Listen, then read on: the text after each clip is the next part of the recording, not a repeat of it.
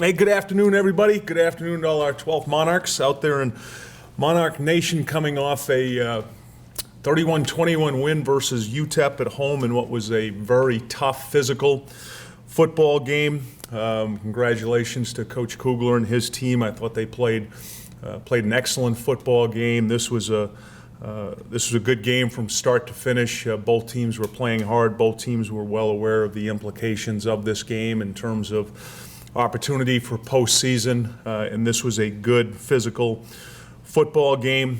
I felt like it started for us last week in practice with our mindset of our team. 3 of our 4 practices last week were as good as we've had this year. Our practice on Friday was our best practice of the year. Our kids were really locked in mentally to this game. We had tremendous focus, and really starting 2 weeks ago, the Sunday before, we played out at San Antonio. At the time, we were 3-5, coming off a 25-point loss to Western Kentucky, and we talked as a team about having a sense of urgency as a program that we needed to win 3 out of 4 games to get bowl eligible. It wasn't a one game at a time approach. It was here's what's left in our season, 4 games to go, and here's what we need to do. And the kids have really responded to that challenge that we all put on ourselves to perform. We've won 2 in a row to get to 5-5 and 3-3, and that possibility of postseason is right there in front of us. You know, we control what we can do these next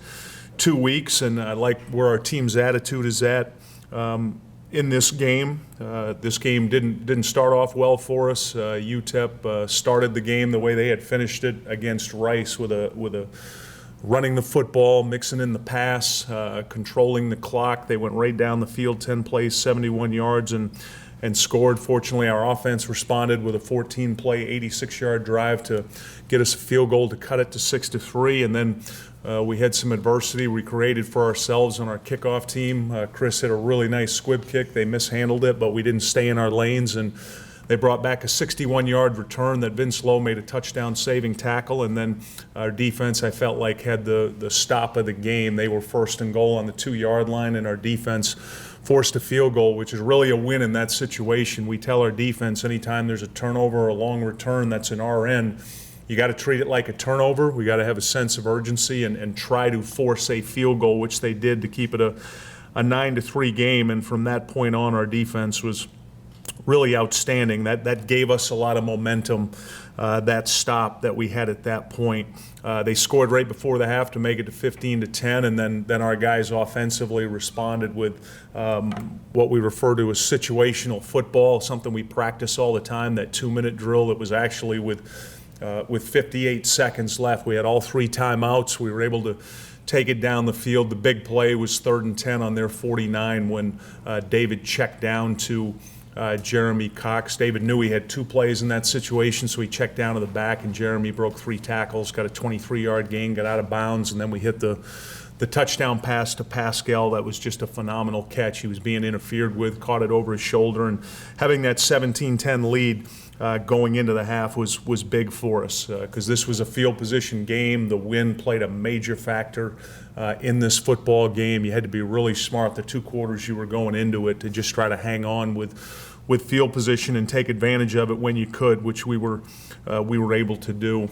Special teams wise, this was a poor overall performance for us. The wind definitely affected the kicking game. We allowed the 61-yard kickoff return that our defense bailed us out. We had a hard time punting against the wind. Satchel had a couple real good ones with the wind. He ended up with 8 punts for 41 yards, which I'll take any day. And then we had some penalties on special teams, which are really uncharacteristic of our team. So we'll focus on some areas that we can improve on this week, particularly with our kickoff coverage, that we need to get better. Defensively, the 2 turnovers, the 2 interceptions by Misher were game-changing plays.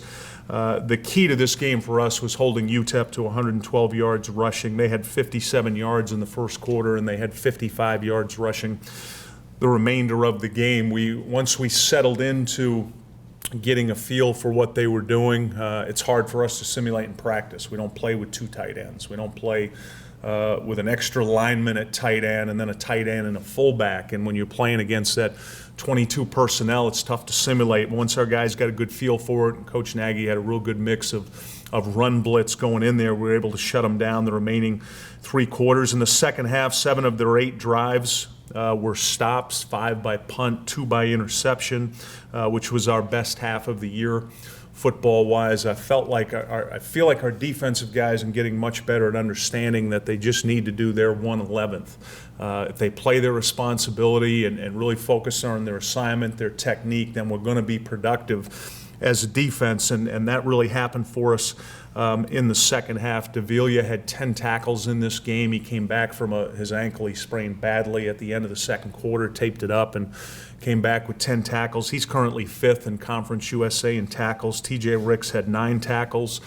He's leading the league in tackles, and then Misha with the 7 tackles, 2 picks. He's currently 16th in tackles in the league. So our top 3 tacklers all performed well in this football game. Offensively, 441 yards, 31 points, and the biggest statistic of all was the 0 turnovers. David continues to do a great job handling the ball. Our guys are securing it when they're being tackled. David's now 3-1 in the games that he's played in, and our team is gaining a lot of confidence from David at quarterback and the way he plays. I can feel it on the sideline. I can feel it with all the guys on our team. They feel like we've got a good shot to win a game when he's in there playing and playing well. He was 26 for 42 for 291 yards, 2 touchdowns, no interceptions. Pascal with another huge game, 12 for 145 and a TD. And like I mentioned, that 26-yarder before the half was a big-time play. Jeremy Cox played really well in this game. This was by far his best game as a true freshman. He just keeps getting better every week. We're gaining a lot more confidence and trust in him and his ability to protect the blitz pickup. He's really starting to get that. It reminds me a lot of Ray last year, that it took him a little bit early in the season to really understand blitz and how to insert himself into the blitz, and Jeremy was good with that.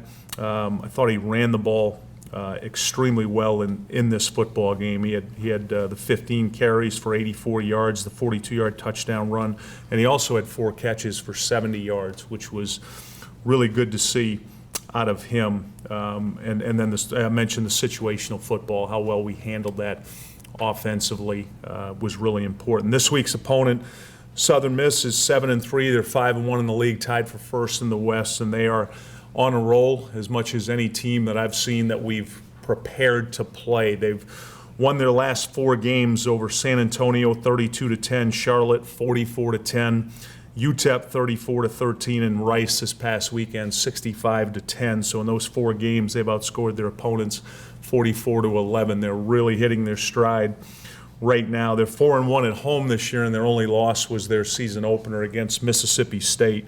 Offensively, they're averaging 525 yards, 39 points. Their quarterback, Nick Mullen, is having a sensational season. He'd probably be the player of the year if it wasn't for Brandon Doughty at Western Kentucky. He's thrown for 327 a game, 30 touchdowns, only 7 interceptions. The 2 running backs, Richards and Smith, are good football players. They complement each other well. They're combining for 160 a game, and they've got 5 guys that are catching passes. They spread it around really well. Defensively, only allowing 21 points, and they do a great job in what I refer to as the havoc situations. They create a lot of havoc on defense, 27 sacks, 70 TFL, 7 interceptions. They're a confident defense and really on a roll. Their only losses this year to Mississippi State early, 34-16, Nebraska 36-28 out at Nebraska, and then they lost to Marshall 31-10 in a game they just didn't play well. Arguably the best team that we played so far based on their recent role and how they're playing right now, and this will be a major challenge for us. From an injury standpoint, we are as beat up as we've ever been in the history of our program. This one took a toll on us. This is how physical this game was. We've got 33 guys that are currently injured, 16 that are out for this game, another 17 that are just spending as much time in the training room today and this week as they can. Ray Lowry will not play this weekend. We're going to keep Ray in a boot for up to 10 days, and then we'll reevaluate him midweek next week. He's got a left midfoot sprain. which bothered him going into the game. It had an impact on him in this game, even as well as he played with as few touches as he had. He had a 42-yard touchdown run. He had a catch early in the game where he broke 3 tackles, and that it bothered him again. He tried to come back. He came back in the second half, played a little bit, but it's just too painful right now, and our fear is if he continues on it right now that midfoot sprain could turn into a fracture that would require surgery. So based on the recommendation from the medical staff and meeting with Ray yesterday, we all felt like it was in his best interest to keep that boot on for probably 8 to 10 days, and then we'll reevaluate early next week and have him meet with the doctor again early next week and see what the doctor says at that point. But we got a lot of other guys that are just banged up right now. Our offensive line is using up most of our budget we have for athletic training tape right now. But those guys they keep battling, they keep playing, they're doing a good job. And as I said to our kids yesterday in the team meeting, we're going into the 15th week of football, which everybody is in the country based on preseason and the season, and you're not going to feel good. Everything's going to hurt, so we'll be smart with what we're doing in practice and try to get our guys as ready as we can for Saturday at Southern Miss, and I'll take questions. Coach, how does that change practice? You said that it's going to change things, Mm-hmm. guys getting reps and guys are banged up right now. How does that change things? Yeah, we'll just scale back on how physical practice is and the length of practice, which generally we do anyway. At this point, we're just trying to be really conscious of the guys that are on this lengthy injury report, and the guys that have played a lot of snaps. We study their rep count all year. We study how many reps they take. For example, Zach Pascal's taken the most reps on the team. He's played 750 snaps of football. He's averaging 75 snaps a game. So just make sure we're monitoring what he does in practice. Most of our high rep guys wear GPS units so we can track their yardage during practice and their high XLs, high decels during practice. And we'll keep an extra close eye on the guys like Zach that are repping a lot, and practice will be a lot less physical, particularly with the status of our offensive line right now. And we got a lot of defensive linemen that are beat up, but fortunately we're rolling 10 guys through in the D-line. Guys like TJ Ricks, with that ankle, Justice with his ankle. We got a lot of guys that have got nagging things right now. So we need to practice. It's just finding that mix. The youth needs to practice. They have to practice because each week's it's like taking a new test. What Southern Miss does is completely different than what UTEP does. So we'll get the practice we need, but just not be as physical. Any other starters going to miss, or do you think they'll all play? Yeah, not that I'm aware of at this point, because of yesterday and today are really the 2 most critical days for guys being in the training room. But we anticipate that everybody else that played this past week, other than Ray, we anticipate that everybody else will be back. Chad Hendricks played this entire game at right tackle. Darius Garcia was out with a concussion, but we anticipate Darius will be back this week, which will give us, a little bit more depth in the offensive line.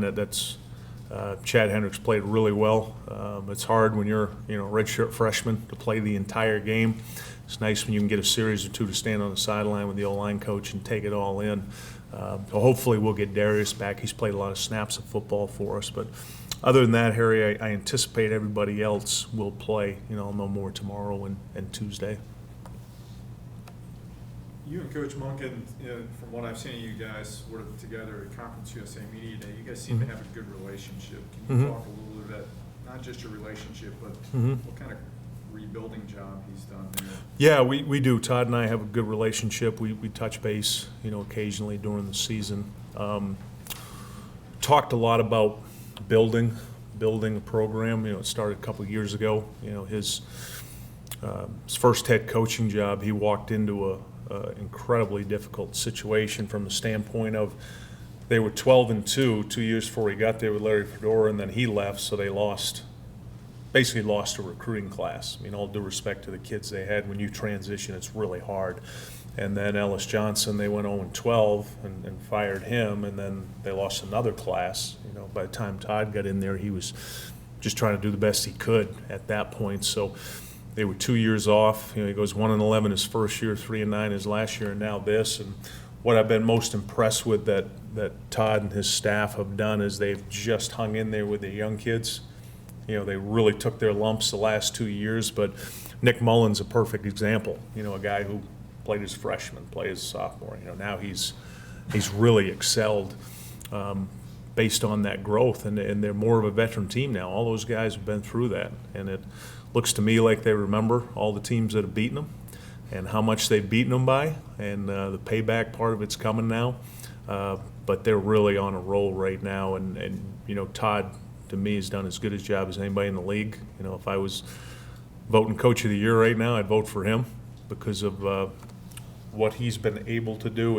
It's hard enough to win, but when your kids have been used to losing, it makes it even harder. And those kids that are playing for him went through a really difficult stage. You know, going 4-20 is no fun, and then getting beat how badly they were getting beaten. You know, it was really bad 2 years ago. Last year, you could see the scores start to get a little closer, and this year they look like a team that's on a mission. But based on what he had done at Oklahoma State, you just knew it was a matter of time, particularly offensively. And they look to me right now like his offenses looked at Oklahoma State. That's what they look like. You know, 500 yards, 40 points, score from anywhere on the field.